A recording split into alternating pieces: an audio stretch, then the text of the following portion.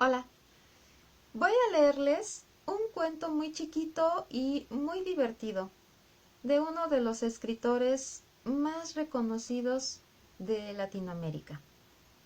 Me refiero a Gabriel García Márquez, escritor colombiano, pero bueno, los últimos años de su vida vivió en México, falleció en el año 2014 en Ciudad de México.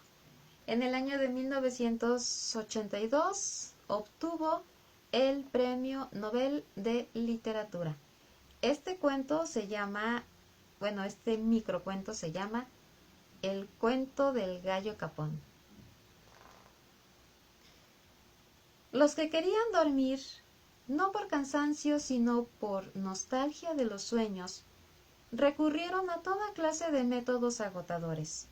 Se reunían a conversar sin tregua, a repetirse durante horas y horas los mismos chistes, a complicar hasta los límites de la exasperación el cuento del gallo capón, que era un juego infinito en que el narrador preguntaba si querían que les contara el cuento del gallo capón, y cuando contestaban que sí, el narrador decía que no había pedido que dijeran que sí, sino que sí querían que les contara el cuento del gallo capón.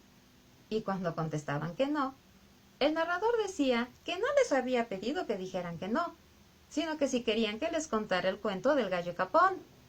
Y cuando se quedaban callados, el narrador decía que no les había pedido que se quedaran callados, sino que sí quería que les contara el cuento del gallo capón. Y nadie podía irse, porque el narrador decía que no les había pedido que se fueran, sino que sí querían que les contara el cuento del gallo capón. Y así sucesivamente, en un círculo vicioso que se prolongaba por noches enteras.